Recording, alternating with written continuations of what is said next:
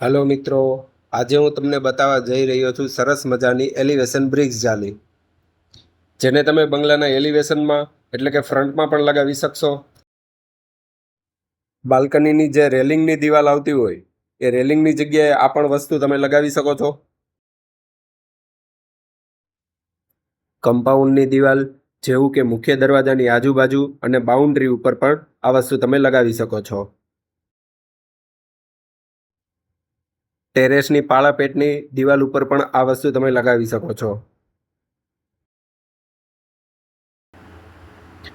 Partition દિવાલ જેવી કે લિવિંગ રૂમ અને ડાઇનિંગ એરિયા બંને અલગ કરવા માટે વચ્ચે પણ આ વસ્તુ તમે લગાવી શકો છો. આ જાલીની સાઇઝ રહેશે 8 ઇંચ બાય 8 ઇંચની અને જે થિકનેસ સાઇડની છે એ 2.5 ઇંચની રહેશે. એને તમે સિમેન્ટ અથવા કોઈ પણ ટાઇલ્સ લગાવવાના કેમિકલમાં પણ લગાવી શકશો.